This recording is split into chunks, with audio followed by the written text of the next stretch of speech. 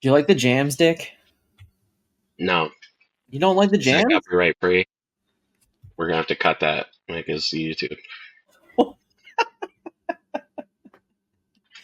No, I love the beats. We don't need multiple things bad for the brand on YouTube. The beats are bad for the brand? Man, I don't think so. Okay, so we're gonna roll into this a little bit, but we'll start a little more casual. Dick, are you finally like feeling well? No. I might have to hit the mute button if I have a coughing fit. But no, I've got like 50% of my smell back. And so like I can taste food sort of, which has not been good for the diet, being able to taste food again. It was real nice not wanting to eat. But yeah, I'm still coughing a lot. People, I don't know if I even posted it anywhere, but I got COVID on the way home after the shot in the butt. So, and I was the only one in the family that got it. I'm assuming my immune system was just in the tanks from having strep throat a week before that. Start So, with yeah, strep, get COVID. yeah, I got bent over multiple times. It was bad. It was all bad. It was all bad, they say. Oh man. Um yeah, I don't know. I guess it's been fine. I don't know. You drove, so you didn't feel the same way, but I felt for whatever reason so very jet lagged from the transition period of like I guess like it's not even like we stayed up that late if we're being honest. I think most nights we were in bed by like 12:30, I think. Yeah, our clocks were hardwired. Like I usually wake up at 12 every day, so this was a struggle for me to get on here this early. But I was waking up at 9 in Vegas, Right. and you were going to bed early. I was staying up late every day. Fine. That's I fair. was I was out partying. Right. That's fair. But yeah, no, what was funny was driving home and trying to figure out where the time zones were because I wanted to check into hotels at 10. I Right. really didn't want to barely cross a time zone and just lose an hour's sleep for no reason. Gotta get max value for my $65 hotel rooms that give me strep throat. I mean, that's insane. Like, obviously, I don't think you did post. Maybe did you include pictures of it in the video that you did? I can't remember. The video that's not uploaded yet that's been sitting in Willoughby's thing because she's No, on I thought it vacation. it went live. What are you talking about? The Vegas vlog? Not the one. No, the video before Vegas about Oh getting. no, that was just me talking about getting strep throat and the Right, shot in the right. But butt. that's like I. This technically just led to one or the other. It's like, oh, your immune system was Yeah, already low, so you yeah, were at and your low point. it Yeah. was awful. Especially like I jumped through so many hoops not to give people strep throat, and then I'm assuming someone had COVID and was asymptomatic and gave it to me. But the fact that I literally took a shot in the butt to not get people sick, and then someone got me sick was so frustrating. Yeah. What's up, guys? Hey, guys. How's everyone doing? Um. Yeah, it was just like one of those where you just like couldn't catch a break for like 3 weeks. Yeah, I mean, people keep telling me I deserve to win a DLC with how much like this Toronto driving 22 hours to get up my passport. Yeah. But no, this is actually a greater power telling me I need to stop playing Lorcana. That's what's actually happening. So What's funny is y'all like might not see y'all might not see Dicky Boy in no, 2025. no. See, I'm calling bluffs here because on Lorcana the After Dark the other night, you had said you were planning for this game's success so you can spend it with your family, which means you were pot Yep, committed. yep. First, I gotta teach my kids how to read, and then I'll come back to the game. Oh, okay. It'll be like it'll be like Finkel returning after so many years That was a and long just time. winning a pro. That's what's gonna happen. Oh, Lorcana is gonna figure out the best structure It's not going to be the 2 game format with a bonus point, and then I'll come back and I'll win. Okay. All right. I see what you're saying. I see what you're saying. We shall see. I don't want to talk about that today. Actually, it's funny. So for anyone tuning in, hopefully this is a more common thing on the stream coming up in, I would say, the next few months. For me personally, unlike Dick Burns here, I have to go to work. So I've been very busy, and streaming has not really been an easy thing to like commit to. But we're going into the season for me where it's a lot slower. I can kind of, bend and mold time and space when I need to. Really, the hardest and most difficult things is getting people to match to this time frame, because like other people do work and have a living. So 11 a.m. start for me for like a 2 or 3 hour stream, very easy. You might even see me on here at like 9 a.m. some days. But for like most people, it's really difficult. And I want to get like into a little thing here, right?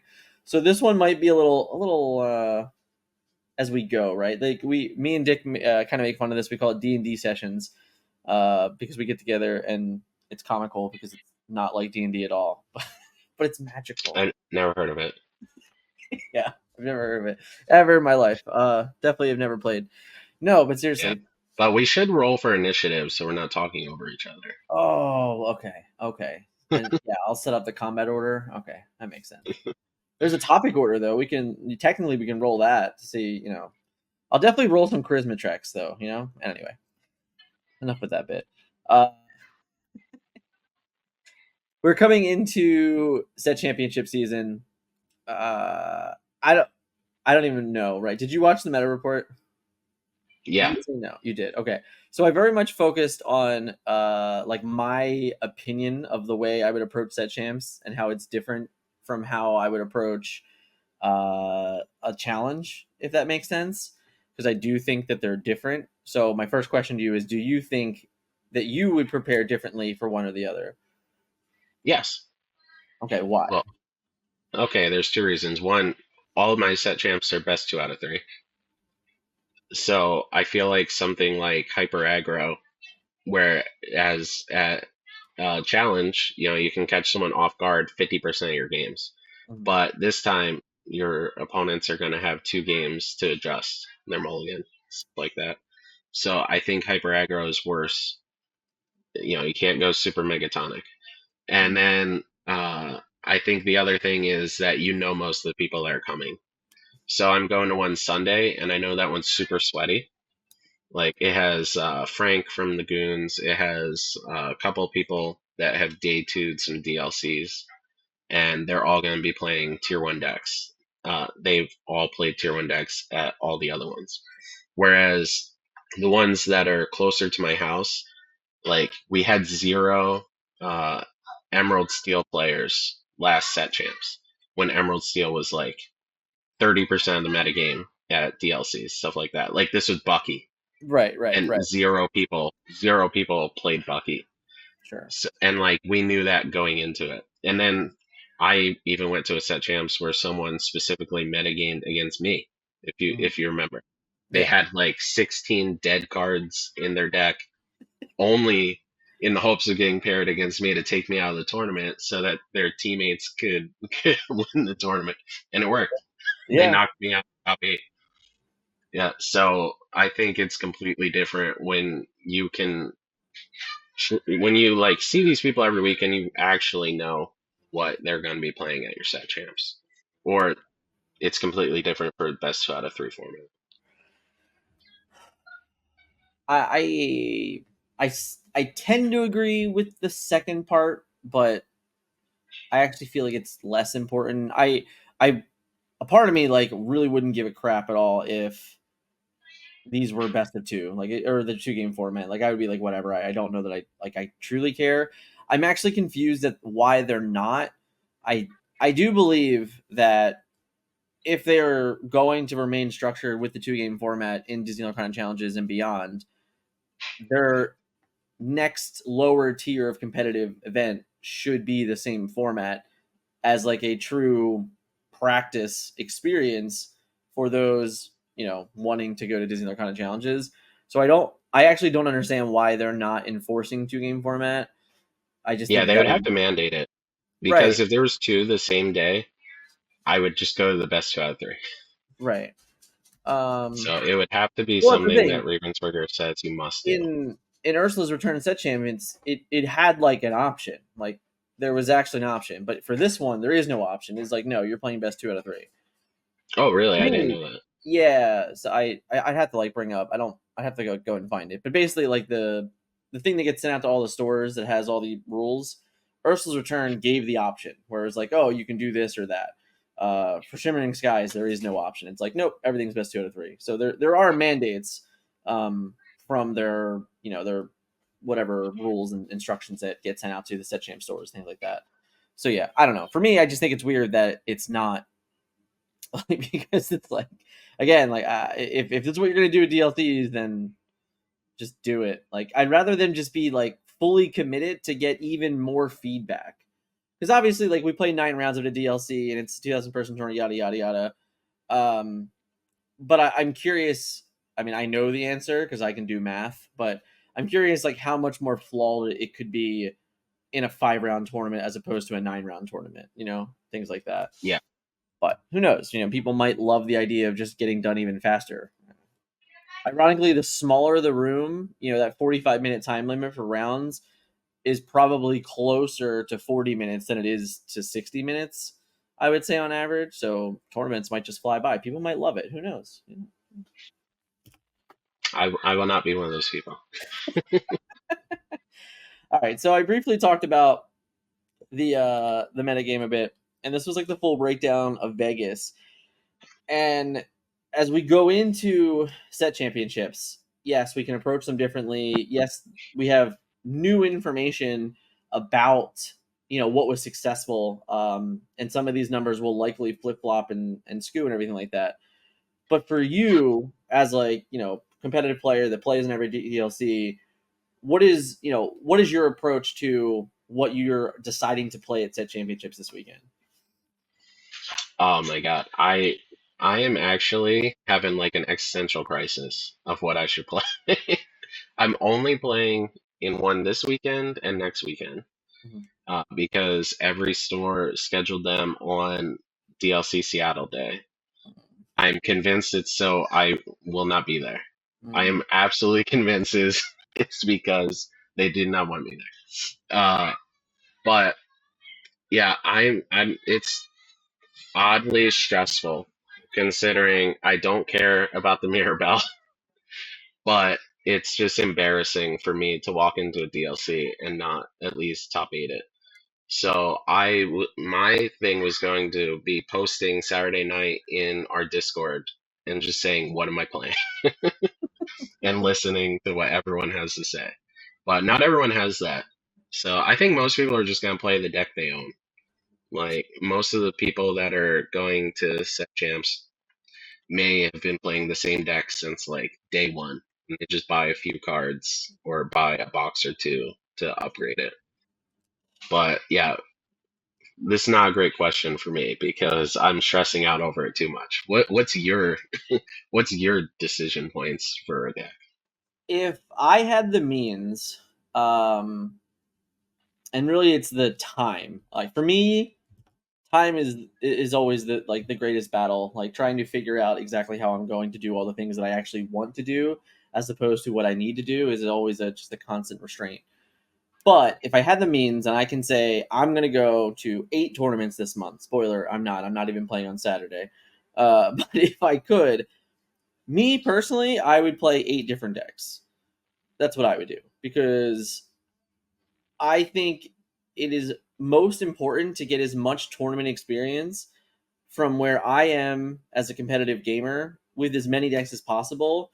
So when the decision becomes, hey, this is the predicted metagame, these are the best decks into that predicted metagame, I will already have had the experience playing with as many decks as possible. That's always been my strategy in every game I've ever played. Going back to Transformers, where we had monthly tournaments, at ironically, if Dick sits up a little bit, at Top Deck Games, where they were case tournaments. They were 20, 30 people that came to this event, and every single one of those events I played a different deck, literally 8 months in a row. And 8 months in a row I finished in the top four. We almost always split in top four because it was just like the easiest value of the thing. um but I believe that that strategy put me in the best position to compete, at Worlds, because I went into Worlds and I literally changed the deck I was playing the night before Worlds, but it didn't matter because I'd already played with everything. So it was just like it didn't matter that I had to change my deck because I was already familiar with that deck in some fashion. So that's how I am as a player. I just like to, every single time there's an opportunity to play in tournaments like this, I like to, same thing. Like I don't care about the Mirabelle at the end of the day. I care way more about playing 5 rounds of a tournament setting than I do like winning a Mirabelle or winning a playmat. Like I just, the goal there is so small that it means nothing to me. Where if I can use the next 3 weeks to spend with 6 different decks, put myself in a better position to day two Seattle, that's where I would be. Like that's where my mindset is. Yeah, so I wasn't even going to go to set champs, and then I said to James, I was like, "Hey, if you're off, we can just go hang out for the day." Sure. Because I think spending one night on TTS in the Discord is infinitely more valuable than I set think champs. I think in some ways that is true, right? And I think that is more for like a specific thing, to where getting live reps, seeing if we go back to this graphic real quick, like seeing that this is what people are playing, right? Like this is the identity of, we went to these tournaments, we played in these tournaments, and this was what the tournaments look like, right? Like we can't get this information for set championships that we're not attending. So like going to set championships, identifying what the local community is doing, identifying that hey, someone might have like something that is just under the radar enough that could be improved, I think is also definitely possible. I mean, as an example, like the Amethyst Steel deck that we played was literally played on a stream for a few weeks and really never talked about. But like it was a deck that we identified as, there might be something there. Let's see what we can do with this. So I think that there is a potential there that you can definitely learn some valuable pieces of information by just showing up and playing in these tournaments. Yeah, oddly enough, too, playing against people that you don't know, uh, even if it is just set champs, is such a confidence booster. Like, I don't know how much I talked about playtesting with Melissa in the house where I could not win a single game.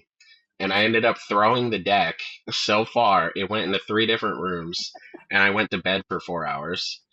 And and then the next day, I have to play it against 8 random people, and both of us end up in the top 32 of the 350 person tournament because Melissa knew what I was playing and knew the exact game plan and was absolutely crushing me. I'm sure if those 8 opponents played 100 games with me, it would get to a point where I'd never won a game again. But like, uh, you know, I was so disheartened going into Vegas, and then you guys are like, "No, just play it on Friday." And yeah, when it invigorated me on the deck again because I'm like, "Oh wait, yeah, I'm gonna play 9 random people tomorrow. They might not even know what's going on game one. I steal that one. Maybe game two, I'm on the play and I just win because it's just the best on the play deck that we've seen." Yeah. Anyway, Agreed. So just kind of just looking at it again, because literally what I'm trying to hammer down is, so the our left side of the screen here is Birmingham, our right side of the screen here is Vegas. These were the top 64 decks in those respective tournaments. So it's very clear that Ruby Sapphire is probably going to be the most played deck in set champs, right? Can we both agree to that? yes. All right, I totally agree with that.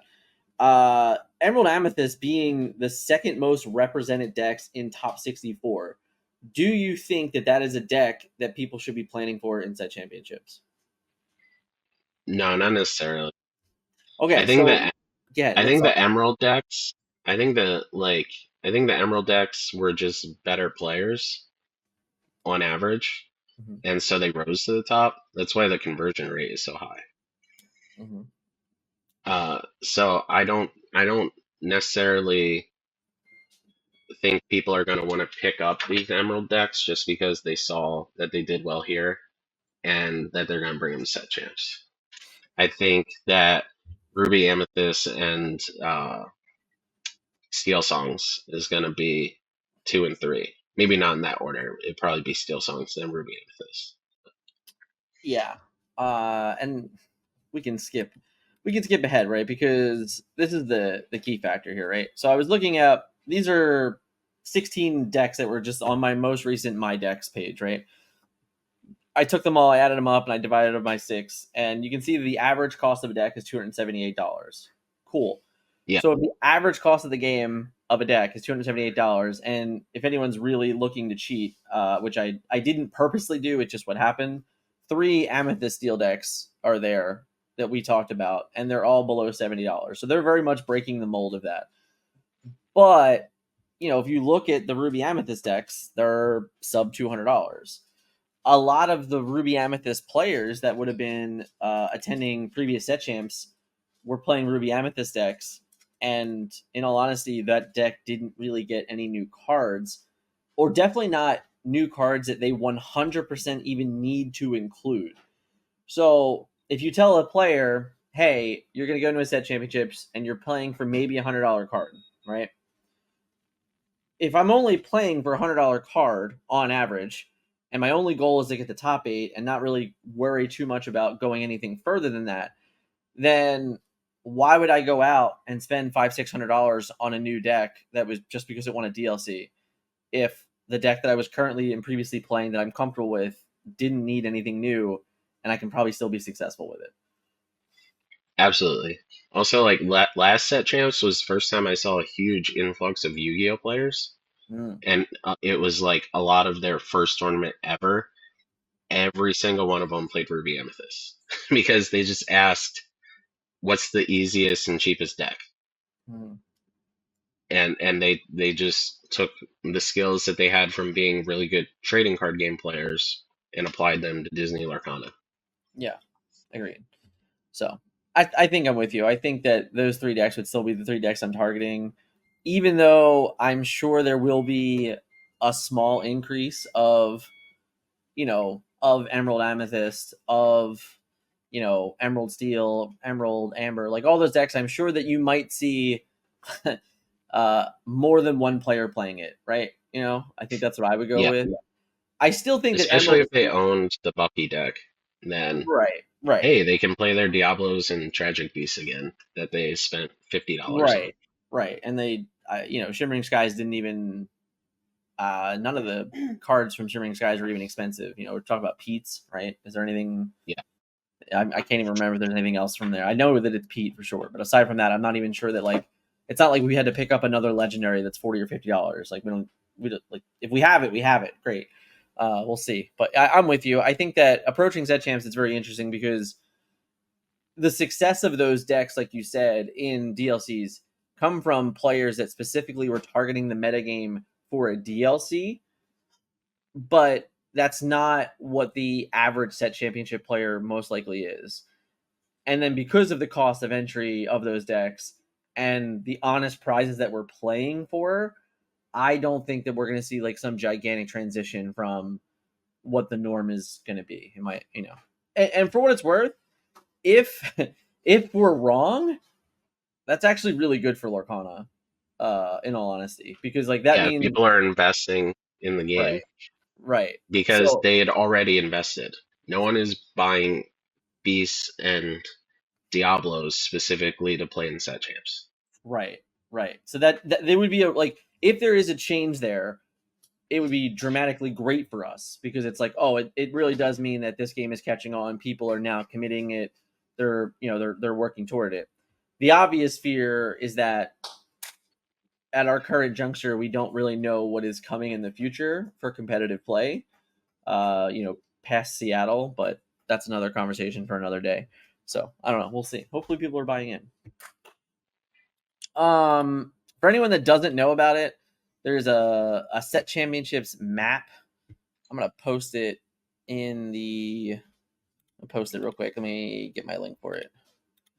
Ba-ba-bum. Copy. No, there it is. So anyone that doesn't have this, shout out to our friend Chad Clare over at the Severus Den. You know, these guy, he's able, basically the last couple set championships, we've had a player that, or we had Brad Nelson from Melee that actually made this. For some reason, didn't do it for this one, so Chad just took it upon himself to do it himself, which I think was great. Uh, it's not perfect. I don't know. Have you used this at all yet, Dick? Did you use this to find Yeah, anything? I have. There's always a couple stores that are in the wrong um, state Okay, because it's the same town name, but right. that's not a him problem. That's a Ravensburger problem or a Melee problem. I think it's like a weird combination of everything because, to my understanding, um, the stores have to put in their date by a specific like point in time. So as long as you're making the map like this after that point in time, you should have as much information as possible. But of course, not every store is going to oblige. Like, as an example, there were already stores that hosted their set championships tournaments because they got their things in and they just said, "Hey, we're doing it this Saturday." So I'd already have seen pictures of people like holding their Mirabelles, and I'm like, "Cool." Yeah, there's a fake one. There's a fake one here in North Carolina. Ah, there you go. It's very frustrating. If Ravensburger wants to hire me to fish all these out, I would do it for one booster pack per store I find. Oh, okay. All right. That's Just something that doesn't hit my taxes. I'm oh, retired. I don't okay. Okay. deal with tax. Gotcha. Gotcha.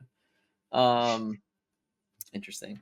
Oh, the other thing I wanted to point out in this part of the section here of this conversation is the events tab is officially existing on Dreamborn now.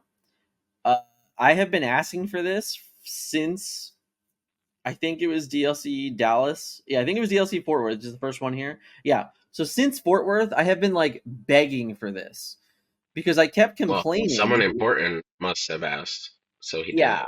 exactly. Because I have been complaining that the only way you can find this events tab on Dreamborn is if you had the link to it. There was no way to just go to Dreamborn and go, how do I find DLC Fort Worth? You couldn't do it. It was impossible. You had to have the specific URL link. So I was so excited when I noticed the other day that there was actually a tab for it. I'm like, congratulations, thank you Dreamborn for finally making that.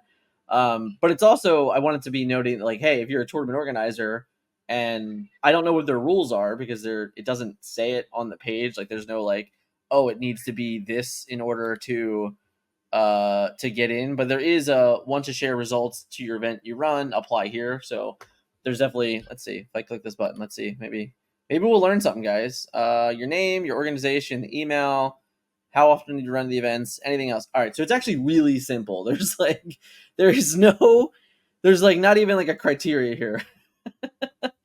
But I do think that it's similar to Inkdex, which does a wonderful job of hosting all the tournaments. This is just another way for Dreamborn to be a part of that. And like any world where they're specifically listing the information from DLCs, that's where people are going to look, right? Like, we're going to Google search. I know the top 64 decks of the DLC. Like, you want people to be able to find that to come to your webpage. So I think that's exceptional.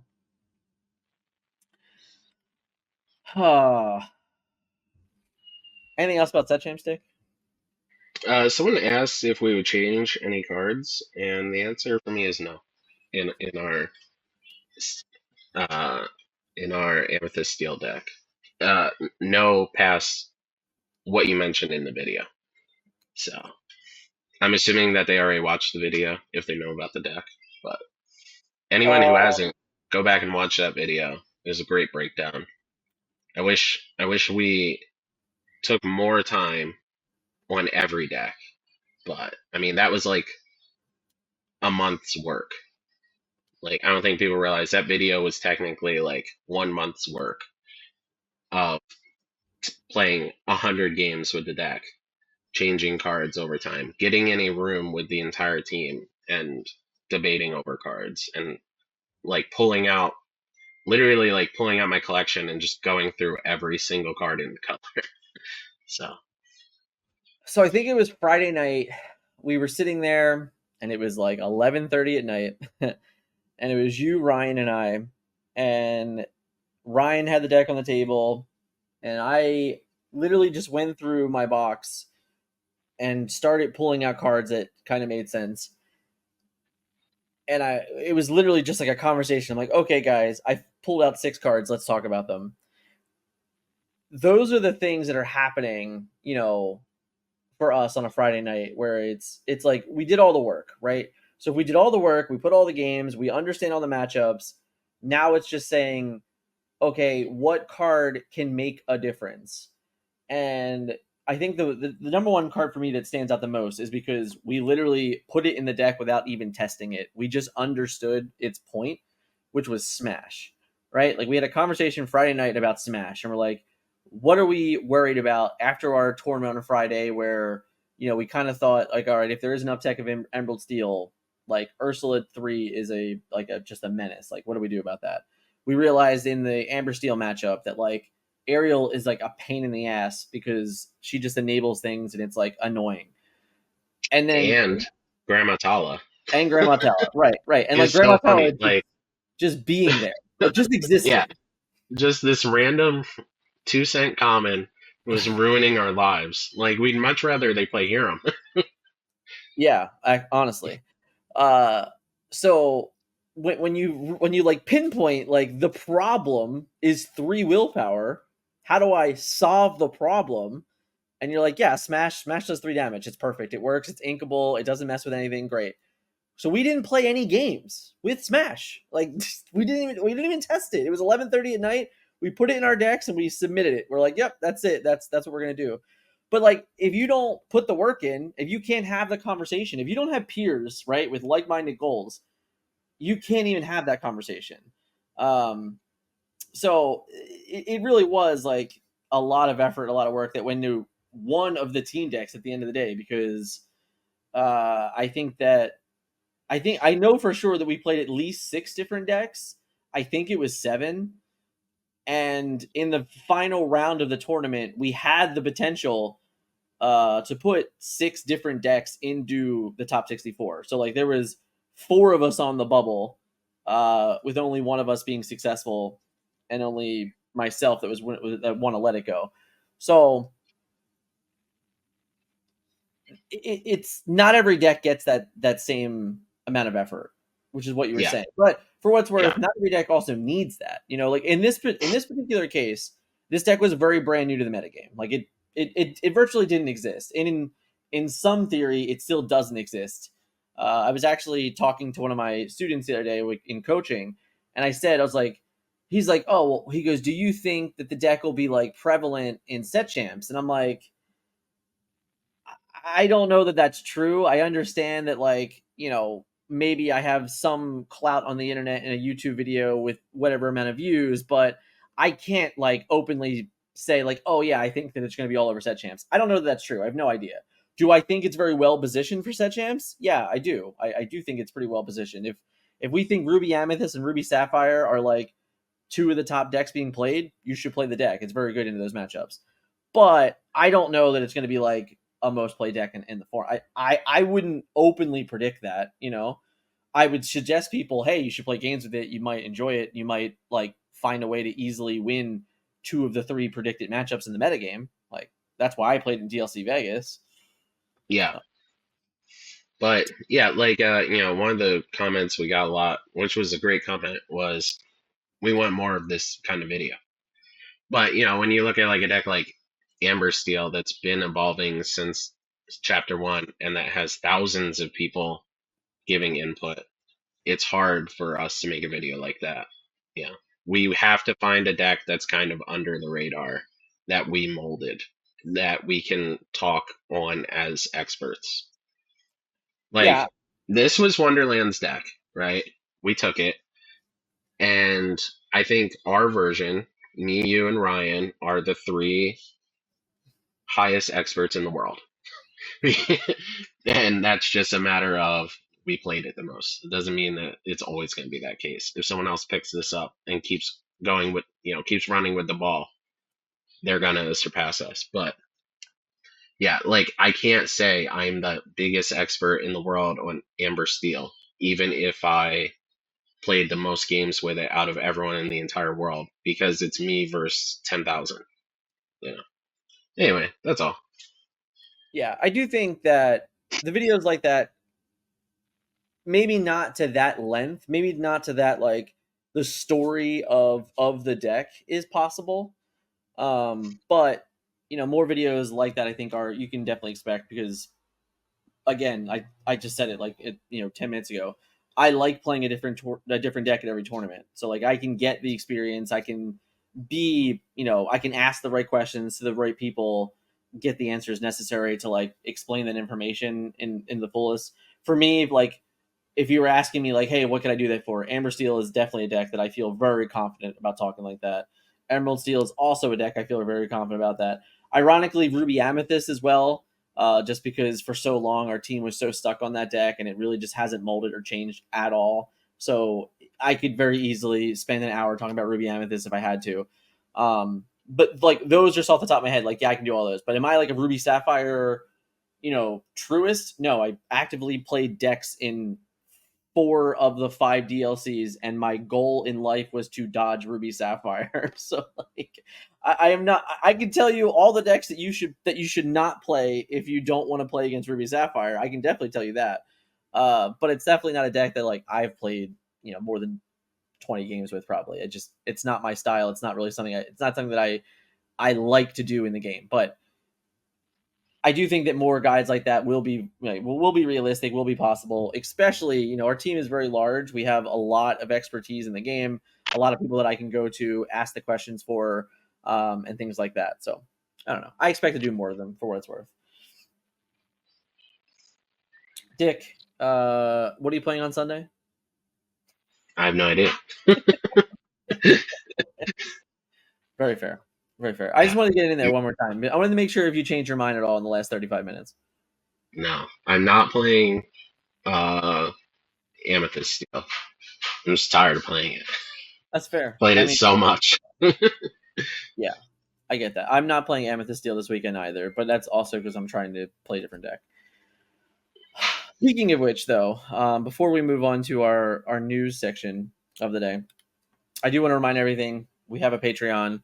On the Patreon, if you're looking for even more information about the Amethyst Steel deck, we do have a primer in there that Dick wrote himself, along with the most updated version of the deck post DLC, just as like another way that you can easily go read it and kind of just be a part of it and things like that. So if you're looking for even more information on specifically on that deck or on other things or even getting part of the community, a lot of like what I really tell people is that it gets you into the Discord in a private section of the Discord that has a conversation like with me, with Dick, with Melissa, with Scott, and Colby Also and things with like that, and also Rob. with me, because someone's name is me.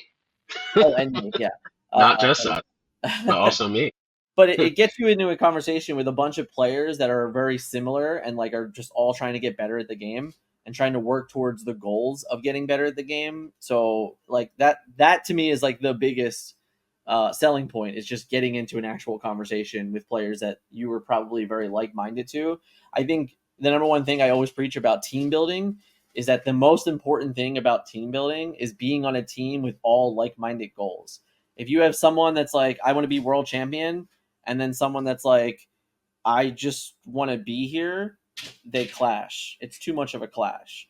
So like you can't have enough conversations with this person and this person that this person up here just gets angry or this person gets here feels like they're discouraged because like they don't get respect from this person. So like whenever you're doing those things, like you have to be on the same playing field of people with like-minded attitudes. So it's very similar, I think, in that vein when you're really discussing Disney Lorcana. Even if you're going to your Lorcana League every week, your players that you're playing with every week, they might just be there like just to get out of the house on a Tuesday night to play Lorcana. They don't really give a crap at all if they're good or bad at the game. They're just like, yeah, this is what I do on Tuesday nights. So, nonetheless, I want to move on to some news, Dick. Okay. All Better right. start, you better start addressing me as Mr. Burns if you want your $20 for this video. We don't want to get demonetized. Yeah. Yeah. It's always a fear. It's always a fear. Shout out to Pave for subscribing on Twitch, by the way. Thank you, Pave. You're the best. Hope you're still hanging out in chat. I didn't see you do any chat. You're probably working. All right. So there has been, since this has been going on since after Toronto. Some of the stuff's been going on since Toronto. Right? Again, I haven't had a lot of free time. We haven't had this open flow conversation for like a podcast forum in a while, if I'm being honest. So I'm looking to do more of these things. We're looking to continue these things. It might not always be just Dick. You know, nobody wants to see just Dick. Let's be honest. That's all people want to see. I might be bad for the brand, but I'm good for the video. So there's been topics that I really wanted to speak about, and there's been topics that I wanted to talk about. So we might be going a little bit old here on some of these topics, but I just want to give some light to kind of the conversation of it. So the first one was a comment made in Discord, and it was like, "Are Continental Invites accommodation / traveled covered, or do we need to pay for that?"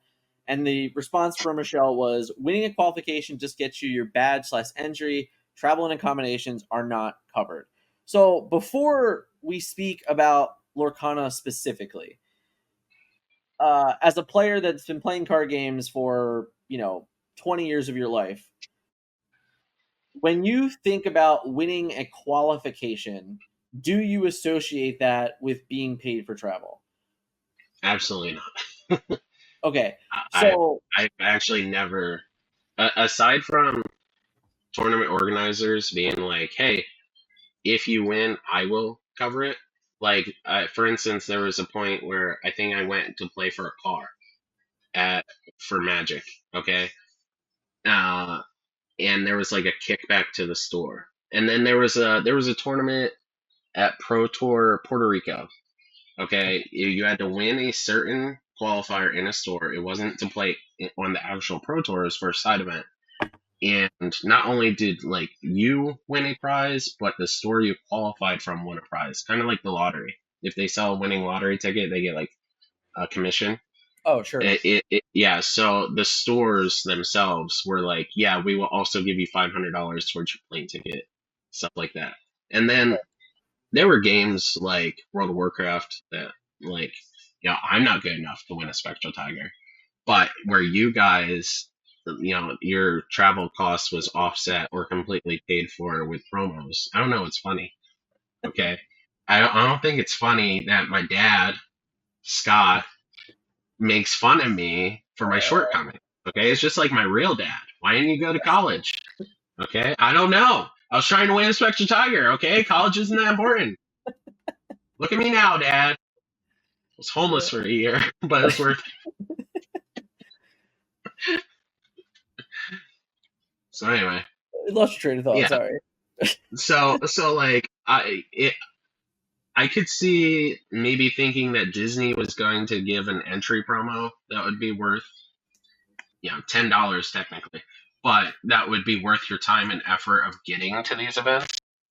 But it's like any Pro Tour qualifier I've ever played in, it's kind of just like, okay, you also win like a case, which you could just sell to pay for your thing. Like, if you want to keep your Golden Mickey or if you want to keep your top 16 promos, that's fine. But I also think it's not unreasonable to think that you could sell them and pay for your travel. If you don't want to go, then you don't go. Uh, Yeah. So very early on in World of Warcraft, we were trying to figure this out. We had a conversation about this when it happened, like when this question kind of stirred, which was honestly like a month ago, I think. And I remember the first Worlds was paid for, and I felt pretty confident that the second Worlds was also paid for, but it was a very select few of people. Like it was a winner, like only the winner of a specific tournament. So it would be very similar to saying like only the people that won a PTQ would get this. That's how I would compare it. I know it's not the same because I know there's more PTQs and things like that. There's more people that get invited from PTQs, but in our in the World of Warcraft sphere, I believe it was like maybe 16 tournaments that were all held on the same day in regional locations. So like all 16 of those people that won those tournaments won an invite to Worlds and a full paid trip to Worlds. So that's what I remember. But as someone that, has qualified for every nationals I've ever played in, for any game I've ever played in, I was definitely never comped the travel for it. I was never comped a hotel. I was comped like a badge. Like for World of Warcraft, I think like the first 4 or 5 years, Nationals was held at Gen Con. And Yeah. if you if you won an invite to Nationals, your badge was comped. Now back then, badges weren't $200 like they are now, but it was still We also comped. got participation promos. Yeah, I Like mean, that listen, was the only reason I could go to nationals was like participation promos paid for the hotel that I was splitting with Mr. McGee and Jason Lindsay, and yeah, then the badge was paid for because I yeah. was a broke kid. I actually I honestly I do not know the answer to this question. I don't know. Yeah, so like for me, I could see a world, especially like the top four pricing structure for the DLCs. It's like let's be honest, you win your Mickey, you don't care, right? Like once you're in your Mickey range, nothing else is relevant. Nothing else is making it better. Like yeah, even winning the Uh, tournament and getting a binder of enchantments, that's cool. But I'll throw that Mickey on the ground if they give me 2 more boxes. but like the point is that like in second place, David Nunez won 2 booster boxes of Shimmering Skies, and it was like, Yeah, yeah, couldn't even man, get a case. didn't even Come get a on, case, just 2 boxes. So like, I'd give up the $10 Mickey. Packs are like $6 each. yeah, yeah, $10 Mickey guys, facts. So for me, if you want it, if you want it to bridge the gap from top 8 to top 4, and say, okay, the top 4 people will get, you know, some type of travel voucher or something like that. I think that's a discussion that you could have. I think that you could maybe make that argument, but I'm not shocked that we don't have it. That's where I'm Yeah, at. But that's the kind of the point of the conversation of why I wanted to bring up the topic is like, do you think that it's fair to have that as a prize in a Disney Lorcana challenge? I just think it's so unnecessary. I feel like it's unnecessary for Ravensburger to have to coordinate travel for everyone. I don't know, but I'm also just used to not having it. So, Yeah. like, I think this particular person only played digital games before, Okay. so they didn't have a reference point. Yeah. Like, I remember when this happened, everyone was like jumping down their throat, and it's like, I understand because you kind of just won a bunch of money, and it's like, boo hoo. But on the other side, if you have no reference point, then education before ridicule should probably come into play. Okay. That's fair. Yeah, I mean, like I played in JSS. Like I Right. played Magic so long ago. I played in JSS, and when I won my JSS tournament, I got a $200 scholarship, and I had to get my own travel to Baltimore. And like I was a kid, you would think that is like who should get the travel, you know? And that wasn't even Yeah. a thing. I wonder how So Pokemon does it. I guess I don't know how yeah, Pokemon I have no rewards, idea. but I'm curious, like maybe if there's something that they do for children, like in their series. Um, I I know your that mic, it's very your mic lucrative. is your mic is being like weird. Just so I don't know if you want to like move it Oh, around, great. do some things. It's for people that don't know, I've had my hands here the whole time because my microphone, I swear to God, Breezy broke my good mic because that's the last time it worked. Perfect. So I have to get a new one. We're managing. We're trying, guys. We're trying. Um. All right. So yeah, I don't like I said I wanted to have a conversation about it. Let's talk about our next topic. So this one is a little more touchy for me personally, but for those that haven't been paying attention to the Twitterverse the last couple days at this point, there were some conversations around the North American content creators and kind of like comparing what they have received to the EU content creators. And before, like, I'm gonna like listen. All right, this is just me time here. This is not. This is not about EU versus NA. It's not about that at all. Like this thing that people speculated and added. Like that's all bullshit. It's I love the fact that they get everything that they get because they are appreciative of what they do over in Europe. That is phenomenal. I love that. What I don't love is that NA has not gotten anything. That's the whole purpose of this conversation. It's the whole purpose of like this movement. Ironically, it just came to my head of this. I'm sure Dick will catch the wrestling reference here, but the hashtag Give Divas a Chance. Like, it changed the wrestling industry in some theory because people were willing to communicate on social media how they felt about women's wrestling. It changed the industry of wrestling. Yep, The and some of idea, us have been acting like divas, so maybe, we could use uh, the same hashtag. hashtag give divas a chance. No, but like the point is that the conversation has to happen because for a year now, basically since set championships, and in all honesty, anyone that's been in the game as a content creator as long as I have, I remember that there was a special event leading up before the release of Lorcana where a bunch of creators over in Europe got to have a special meet and greet. They got to see the app first. They got product first. Like they got starter decks and things like that. So like even if we go back to before the game came out, there were content creators and media people in Europe that got to do these events. So it's been happening now for over a year. And here we are a year later, and North America has not received anything. And on top of that, for last set, uh, the cheapest form of respect in any card game like this is to utilize content creators to reveal cards. Well, for the North American content creators, last set for Shimmering Skies, there was only 8 cards revealed by North America.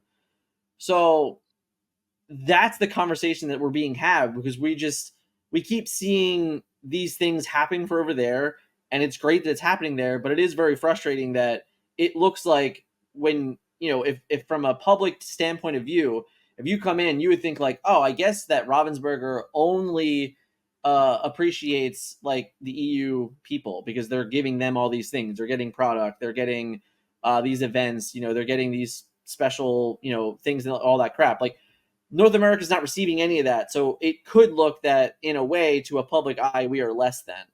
And I don't think that's fair. I don't think anyone wants to like make that comment or be agreed to that comment, but to a public eye and public standpoint, it could be.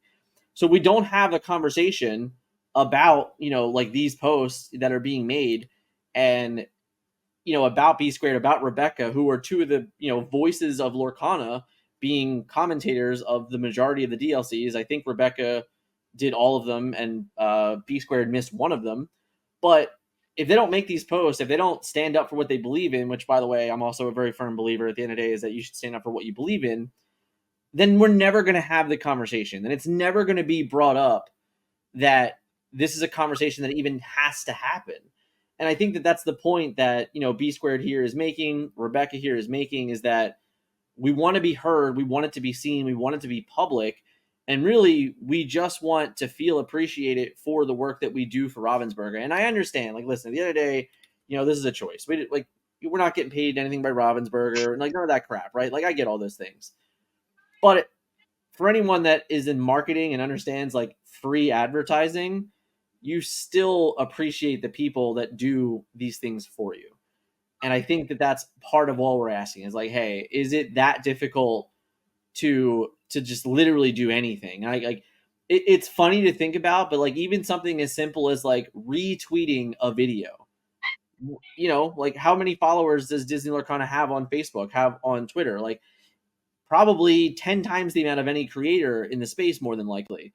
or most creators, I should say. So like in any given point, like just retweeting a post is a nice shine of respect, like things like that. So that's really all the conversation's about. It's not about EU versus NA. Like it's not about those things at all. Like it was so frustrating for me for people to take it that way, because to me you're just completely misinterpreting the entire conversation, and God, was that frustrating.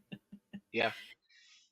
I mean, it started to devolve into EU versus NA though, because we can't have a conversation with the EU people very easily. And they didn't understand that we weren't bashing them. Like the very first time that we saw this, like where it was frustrating, was Lorcana Villain was the first ever set champ, right? Which was great for him. And the only I remember we were just like, damn, if this was in the U.S., one of us would have been there. Like it would have been you, obviously, but like we would have been represented for sure. They only invite 8 people in the EU. I feel like if you're gonna invite only 8 people from the U.S., the Forbidden Mountain has to be there, and that was just a great video opportunity, and that's all. Like we also went on to win however many stitches. That didn't matter. We just also want to be able to make these awesome videos for the people watching. That's all. Yeah. And listen, I've said it over and over again. You want to invite me to come out to EU for a set championship? I'll do it. All right, like I'll Yeah, come hang out, guys. I want to come hang we were out. supposed to go to Paris, but Yes, we were supposed to go to Paris. Here we are, almost 2 months to the date. I think I have some EU friends in here. Do we have some EU friends in here? Because I see. I'm not sure if Ravenok is EU or not, or if Joker is EU or not.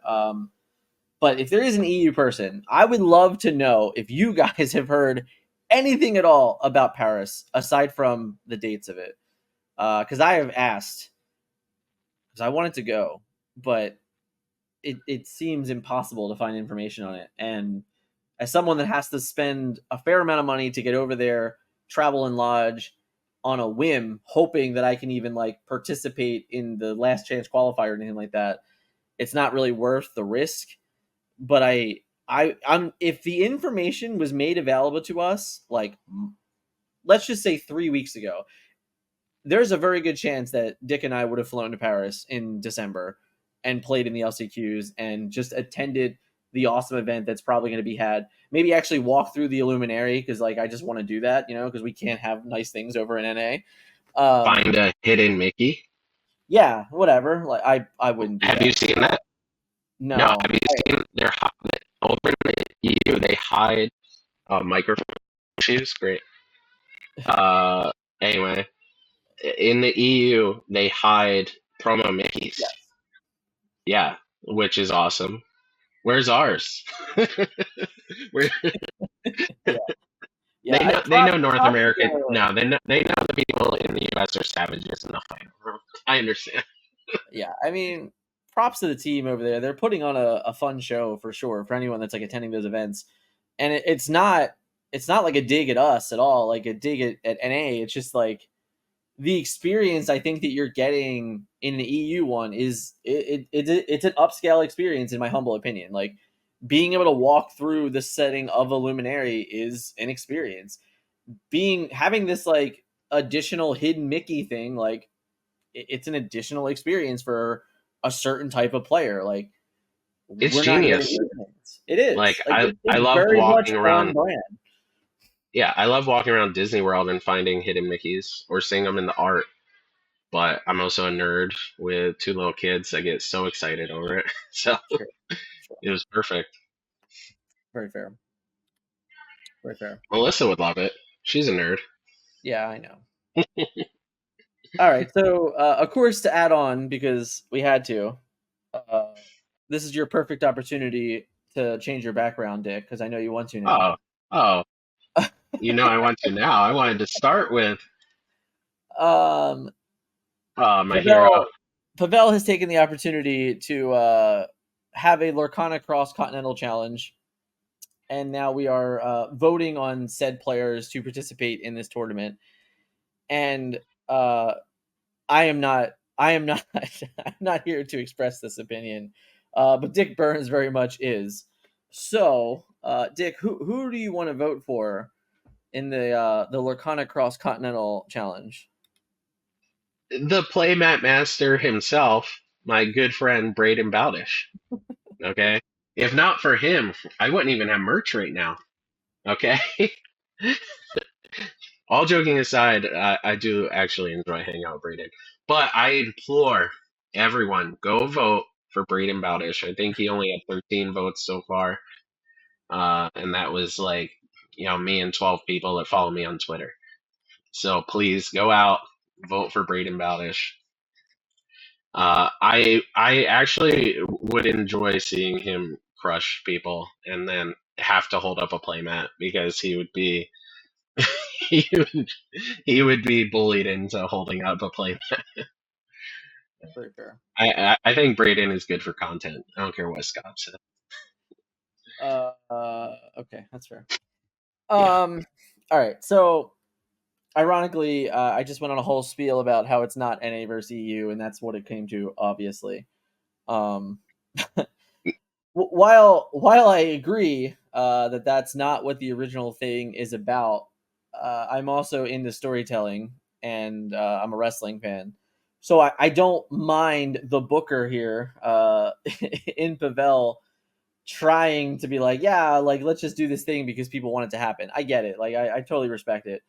Um, I don't love it because I think that it's a little bit of a dig on the like the actual point of the conversation that was originally started. But I do understand why he would want to do it, and I can respect that. So I don't know. I Guess think it's what? interesting. Do I have a link to this? I don't know if I have a link to this. If I, I'm sure I have it somewhere. Let's see if I can find it real quick. I found it. We got there. If you Yeah. do want to Do not see any Forbidden Mountain do not players, waste your vote on player McPlayer face. Waste your vote on Braden Bowdish. It won't be a waste. He will attend. He will win. He is the Tri-Wizard champion. the Tri Wizard champion. Um, so there is a vote. There are a couple of guys from Forbidden Mountain in there. David Nunes. Honestly, you want to see someone kick ass? Vote for David Nunes. Colby Jarish is also on that list. I am not on that list. I don't want to be on that list. I would turn it down. I So mean, like, listen, if I was voted in, I'd play, but I'm not. I'm not here to be like, oh my god, go vote for me. It's it is what it is.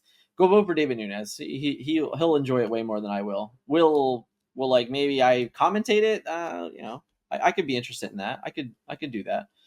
Um, but you know, vote for Pedro. Don't vote for Pedro. Vote for super, super, super hot take.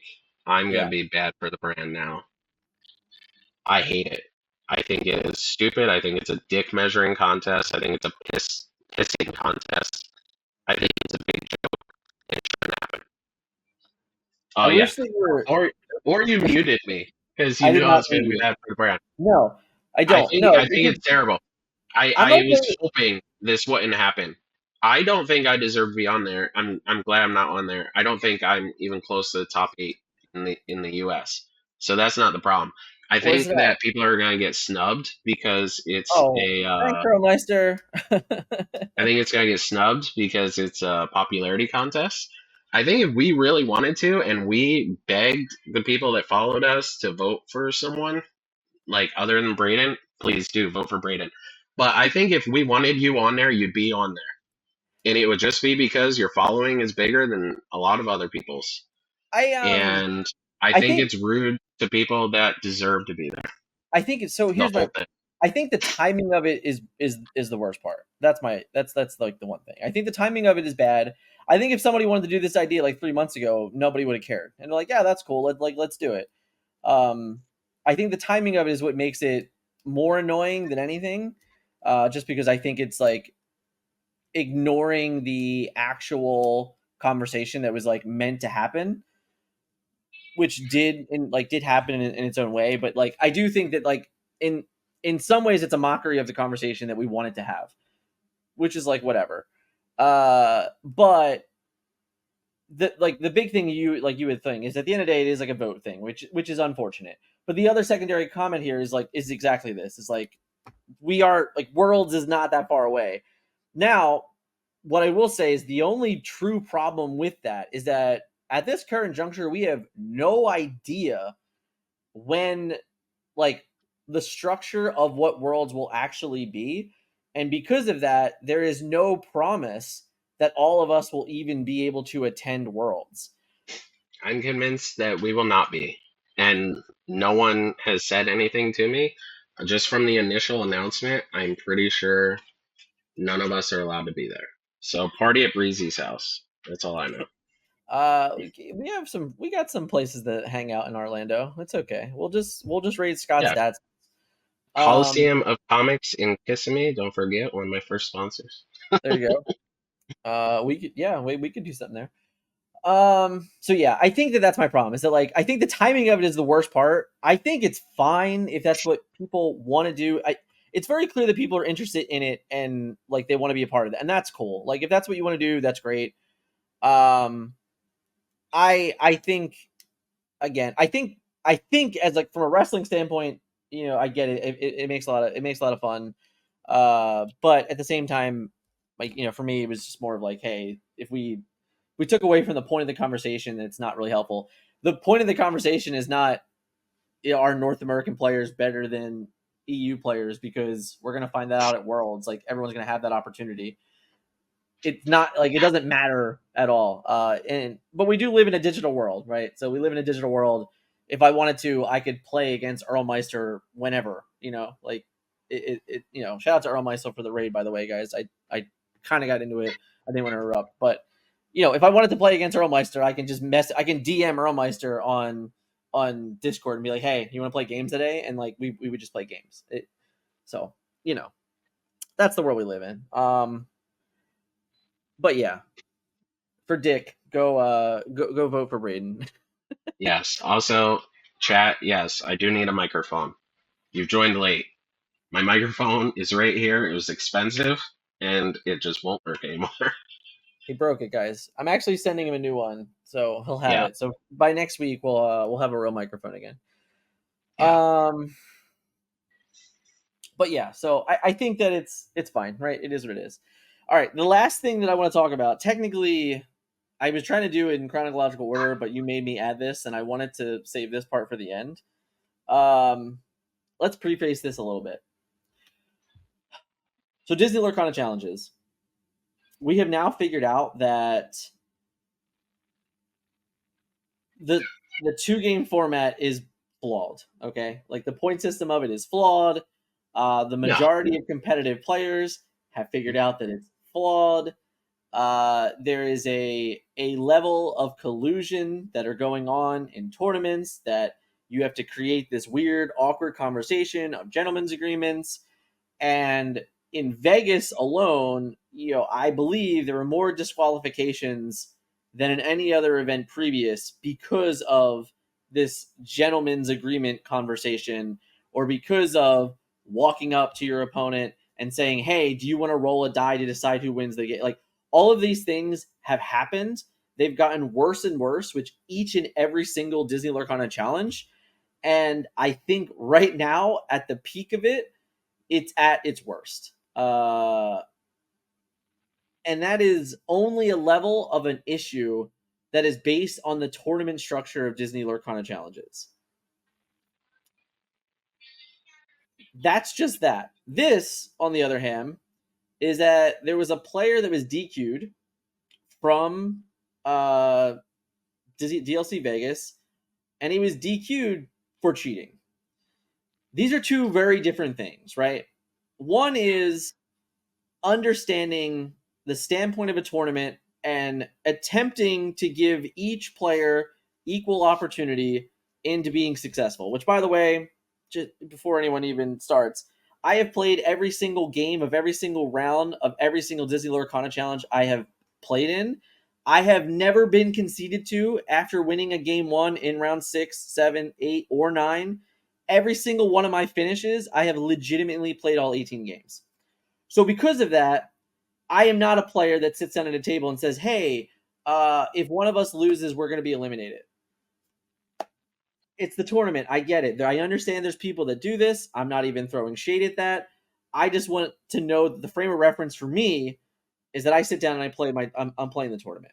Have I conceded? Yes, I have. Once I know that I'm eliminated from a tournament, I've conceded. I've moved on with life. But I've never had a conversation about, hey, if one of us loses, X happens.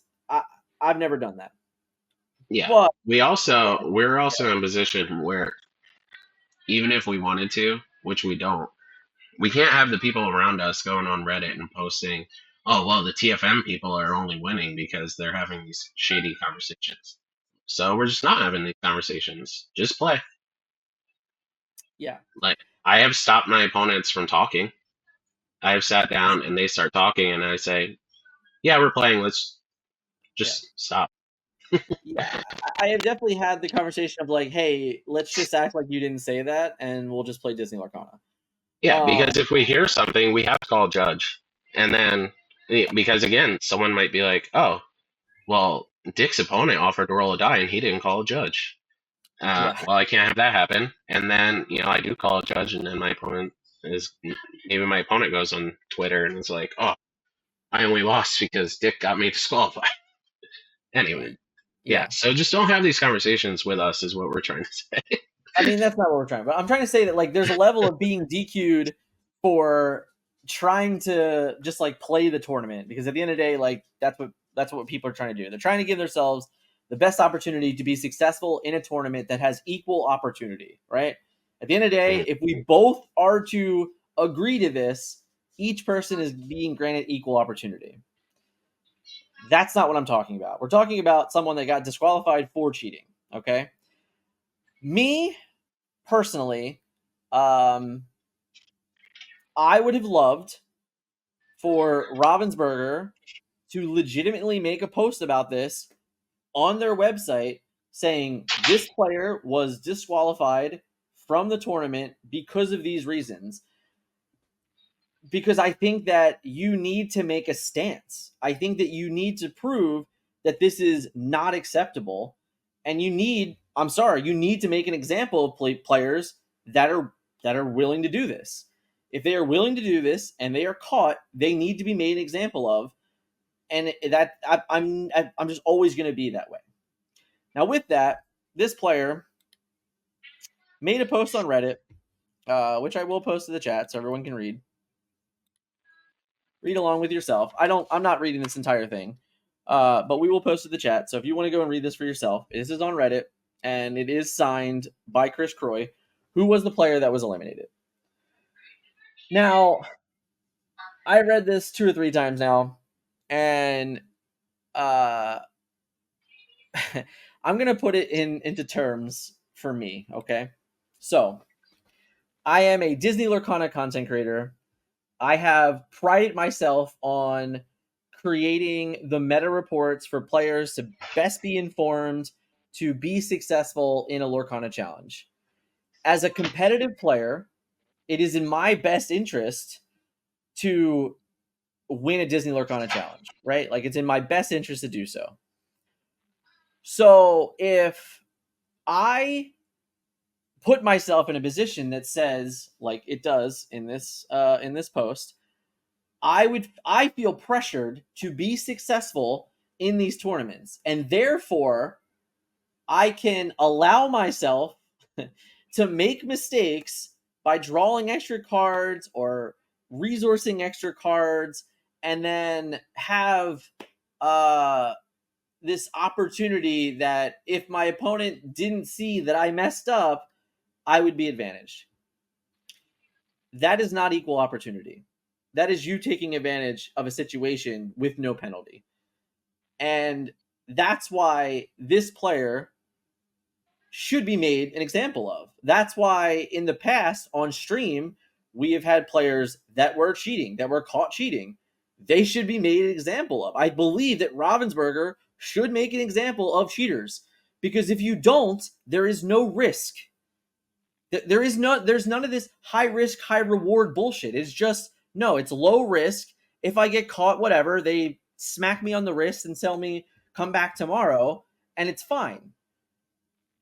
I don't want to play a game that's like that. I don't want to play in tournaments thinking that my opponent is not afraid to cheat because they're like, whatever, nothing's going to happen anyway. Where are we at, Dick? Where am I at? So I talk about not living up to the hype. You're going to talk about Dick Burns, okay? I have the same problems that this person is saying that they have, where, look at my SCG career, right? I'm like on top of the world. Me and you walk around the DLCs. We can't take like 10 steps without someone wanting to talk to us, autograph, photo, and we absolutely love it, right? And all I ever think every time I don't perform well at a DLC is, when is that going to stop? Because people are going to start looking at me like I'm a joke. Because I've been in the top 3.5%, I've been in the top 5%, I've been in the top 8%, I've been in the top 10%. And none of it was good enough, right? And we know that doesn't mean that we weren't good enough. We know that like there's a lot of luck involved, stuff like that. But the people sitting at home, it's like, what have you done for me lately? And that might not even be true. That could just be the little voice in my head telling me that people are thinking, when I go back to locals, right, and I'm like winning every week and everyone wants my advice, when do they not want my advice anymore because I'm not doing well, right? So I have the same exact problems he has. And not once has that led me to think, oh, I should just break the rules.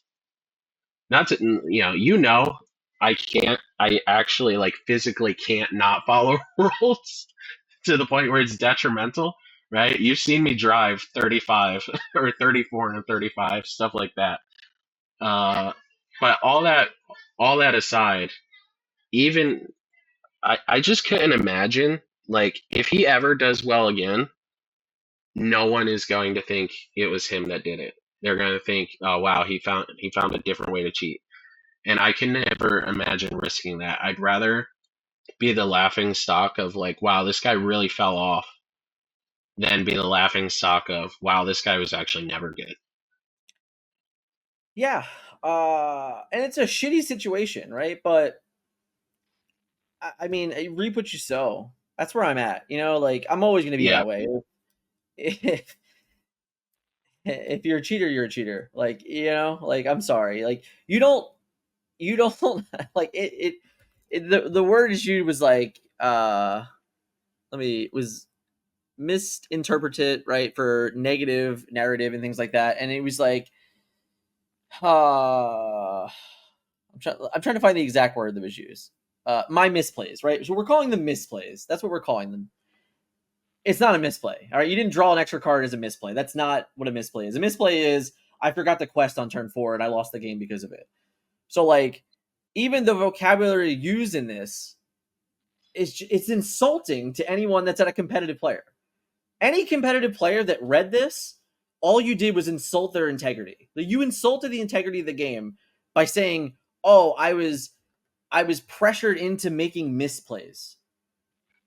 No, yeah, man, you got caught 3 times drawing extra cards, and you got caught against the guy who won the goddamn tournament. Like, you got called out, you got disqualified. Either own that, move on, or walk away. But like this is insulting. yeah. It also hurts everyone around him. Like, I played someone from his friend group in the tournament. I'm not going to say her name. And it was a lovely time, right? Yeah, I know she wasn't cheating. She was great. She gave me something to give my kids, in fact. But, if someone from the Forbidden Mountain got caught doing this, they're bringing down 19 people with them. yeah, Everyone would assume every single one of us was doing it. You just can't have this. Like, I don't know. I remember some magic cheaters getting caught, and then it turned out the whole store was in on stuff like that. Like, you bring down everyone in your community around you. It's not you that you're affecting. On top of everything you said, that was absolutely correct. yeah. So yeah, that's my venting for the day. I really wish Ravensburger would just bury people. Like I think the only way you're gonna prevent people from continuing to try to do it is by burying people. Like get rid of them. Like I'm so like yeah, like that's it. And it's funny because like there like a lot of the comment was like, oh, remove his nationals invite. You don't even need to remove his national invite. Just say you're suspended for 6 months. Say you're suspended for a Yeah, year, whatever it is. yeah. Like If you're you don't need banned, to if you're revoke banned the for a invite. year, that does remove it. Right. Like if you're just banned for a year, then you're banned for a year. You can't play anyway. Like who cares? And I get it. There's pass downs involved. I understand all those things too. Which, by the way, if we want to talk about that system for a second, That's a big mess. No one we knows could. if they're But actually qualified or not who have been right, passed. like uh, I guess we'll just touch on it because a big conversation around the last one was there were three pass downs in it, but anyone that's actually paying attention to the tournaments, um, Atlanta and Chicago. I am not certain if Lil was the first one, right? Well, there was no pair downs, but it doesn't matter. So Atlanta and Chicago were both done differently. The final standings of the tournament were based off the Swiss standings of day one. But for every tournament since then, they are now being assessed differently. So the pass downs from Chicago that happened would theoretically maybe have been done differently if they were done in Dallas. So now the entire system is somewhat flawed in a way because there's two different structures of how pass downs may have been occurring. But the real truth is that we don't actually know how the pass downs are even occurring because they were never properly stated. Yeah, and you're not getting like an envelope or an email Right. saying you're qualified. It's not like it's part of your prize at the end of the day. It's not like there's anything that has sent you some information, like an Eventbrite invite, like, hey, here's an Eventbrite invite to invitate like to Continentals. Like that's not happening either. So right now, there's a bunch of people that definitely have invites because they finished in the top 16. But there might be like some people that think they're invited. They might not actually be. Like we don't know. Like we actually don't know who got invites in Vegas. And we still technically don't know if you can play in both EU and North America Continentals because some games we played you couldn't. So Oh yeah, you know, yeah, we did don't know the that. Yeah, like so Fam, who's invited to both, yep, he has no that's what I was idea he gonna. can even play in both. Yeah. And if not, are some of his passed down to someone who hasn't booked travel yet because they have no idea if they got passed down? Yeah, not I good. think it's because you're covering it the whole way, maybe. Mm, that's what she said. Um, can you hear me now? Yeah, Good. it sounds much better. Yeah. So, like, a if he, he's topped all of them, right? So, like, how many of his are passed down? If he can only play in one, and then when does he decide which one he's playing Yeah. in? Yeah, Stuff like exactly. that. Yeah, there's a lot of stuff that hopefully Ravensburger figures out in the future. Just more transparency is always good. Yeah. Again, like it is season one, right? It is lessons learned, but at the same time, you know, here we are coming up to the last like the last challenge, and we don't know what's happening in December. We don't know what's happening in January. So the players that have invites already, they don't even know where they're staying yet. They don't even know what hotel it's being held at. They don't know what event hall it's being held at. So it's not even like you can properly book a travel trip right now because you don't know where the tournament is. Yeah, Uh, and God, and we know so many people that have already booked travel yeah, that are assuming that they can try to grind in or even be there, and they might not right. be Like able to. what happens in that situation where you have I don't know. Let's just say a bunch of people did. Let's say a bunch of people booked for Anaheim already. Like, yep, I'm going to Anaheim. I'm going to be there. I'm going to play in LCQs. I mean, what happens if you can't get in the LCQ? Like, what are you Just bad doing? feeling.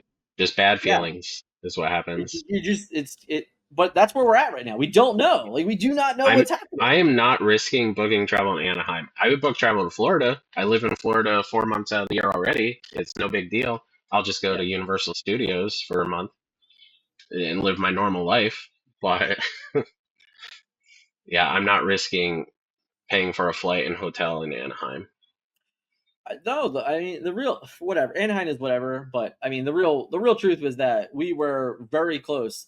I was literally booking travel. The travel fare for me, from Philly to Paris was like $585. It was cheaper than Dallas. Okay, Yeah, for anyone out there you that called me the day I was booking, and you were yeah, like, "Yeah, don't book. We don't know what's up." I was like, "Okay." yeah, it's not worth the risk. Exactly. But that's it. Like I wanted to come hang out. I wanted to go to Paris. I wanted to meet the Euro community. I wanted to be a part of that for a day or for a weekend.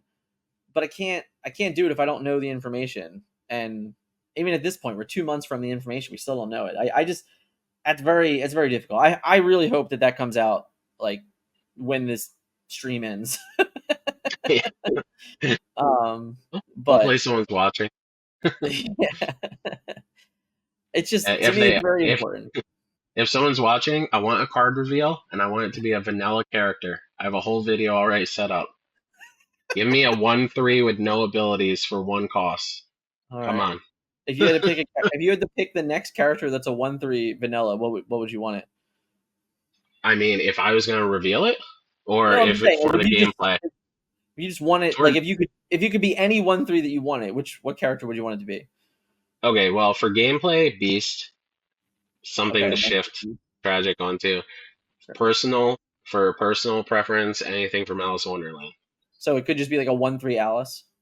Yes, because my kids would be the most ecstatic. My daughter's named after Alice in Wonderland. Yeah. Yeah, so like I would specifically tell them I only got this because your name is Alice. All Yeah, right. I just had one more last thing. I was listening to the Lorcana After Dark, and yeah, one of the things said that you used to do a daily dick tip. So I exactly. had to include it at the end of the episode. So we're gonna end on a dick tip of the episode, brought to you by none other than Dick Burns. So what is our dick tip of the episode? Mm. My dick tip of the episode is stop having imposter syndrome. Mhm. Okay. Imposter syndrome is something that you draw up in your brain. And this is actually specifically came across my mind from Breezy and Katie. I hear them in a lot of their videos say and B squared. I hear them say, wow, they can't believe they're there. They can't believe people care what they have to say. Well, you are there. People do care what you have to say, and you're an important part of the community, and you need to just know that and accept that. And if you're winning all your set champs, if you're winning your locals every week and you go to a DLC and you're not doing well, it's okay. It doesn't mean you didn't deserve to be there. Okay. You had just as good a shot as anyone. And I need to take my own advice sometimes and not have imposter syndrome. So there's your daily dick tip of the day. All right. So two things that come off of that like just come to mind. First thing, let's talk about Melissa, right? Melissa during the Ursula's Return Set Champs did not win an Ursula. Didn't do it. She was just didn't was not successful in any of the set championship tournaments with Ursula involved. Showed up Scrub. to Dallas, learned how to play Amber Steel in 48 hours, finished like 100th place or whatever it was, and won a Let It Go. Yep. Every tournament is a new tournament. Like for any competitive card player, every tournament is a new tournament. Um, but like I said this a little bit earlier,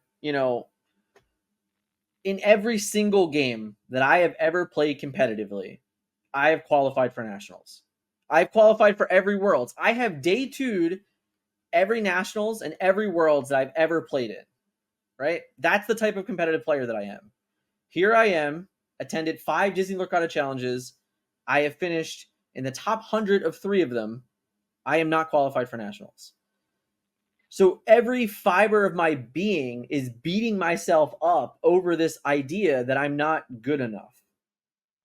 When in reality, it's just not easy. I explained this in Patreon chat actually, it was a couple months ago at this point, but by the time Seattle is over, in North America, there will have been 9,000 registered players to play in these tournaments. Only 96 of them will have an invite.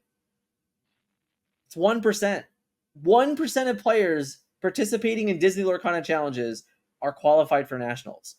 So like, yeah, I can beat myself up. I can be really upset with my performance, you know, and I know I'm in a position where I like people might be angry, like where, when I want to let it go in Dallas, I was upset. I was actually like angry at myself. When I want to let it go in uh in Vegas. Vegas, I literally had to leave the room.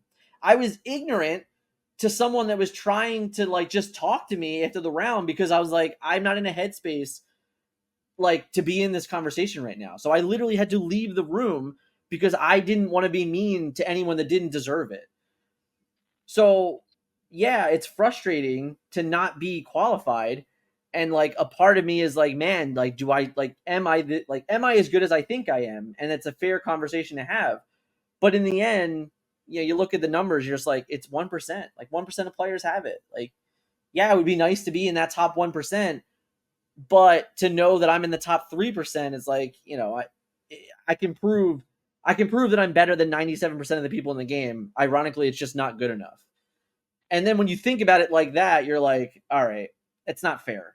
It's not a fair comment. And I think that a lot of that has to come in with that imposter syndrome of just understanding like it's a tough thing to do. It really is. So, you know.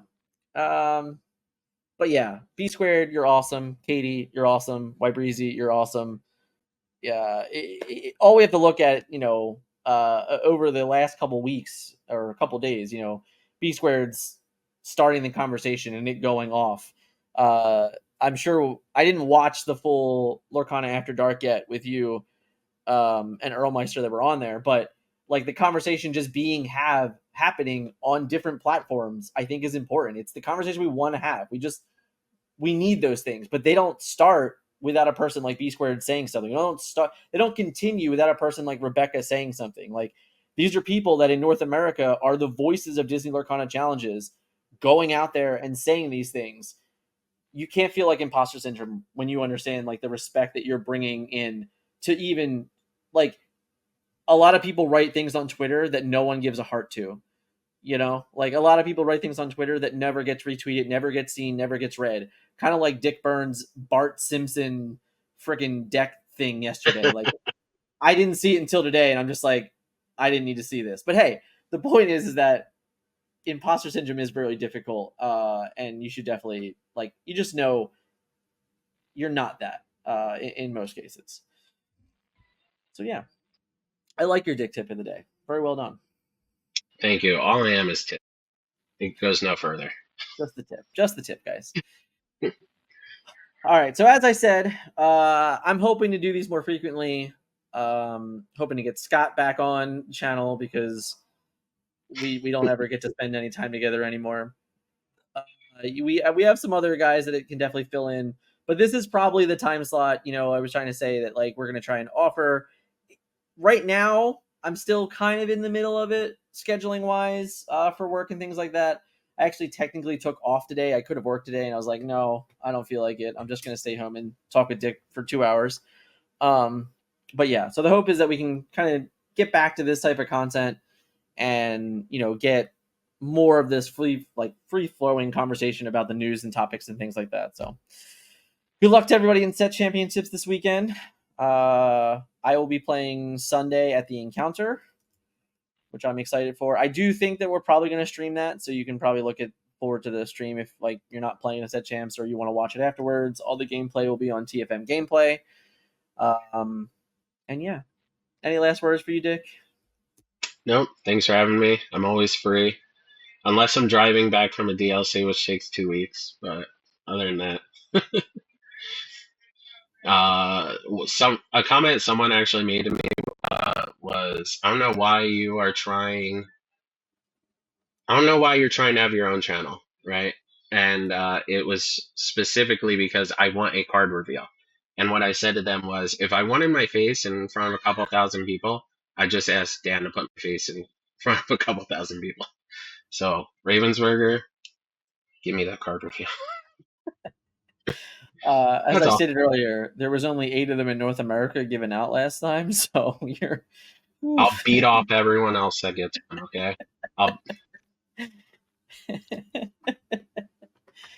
uh, all right, guys. Let's first and foremost thank you guys for hanging out today. I appreciate all the new followers, the subscribers. You guys are awesome. We are looking to do this more and more often, but we have to find someone to raid.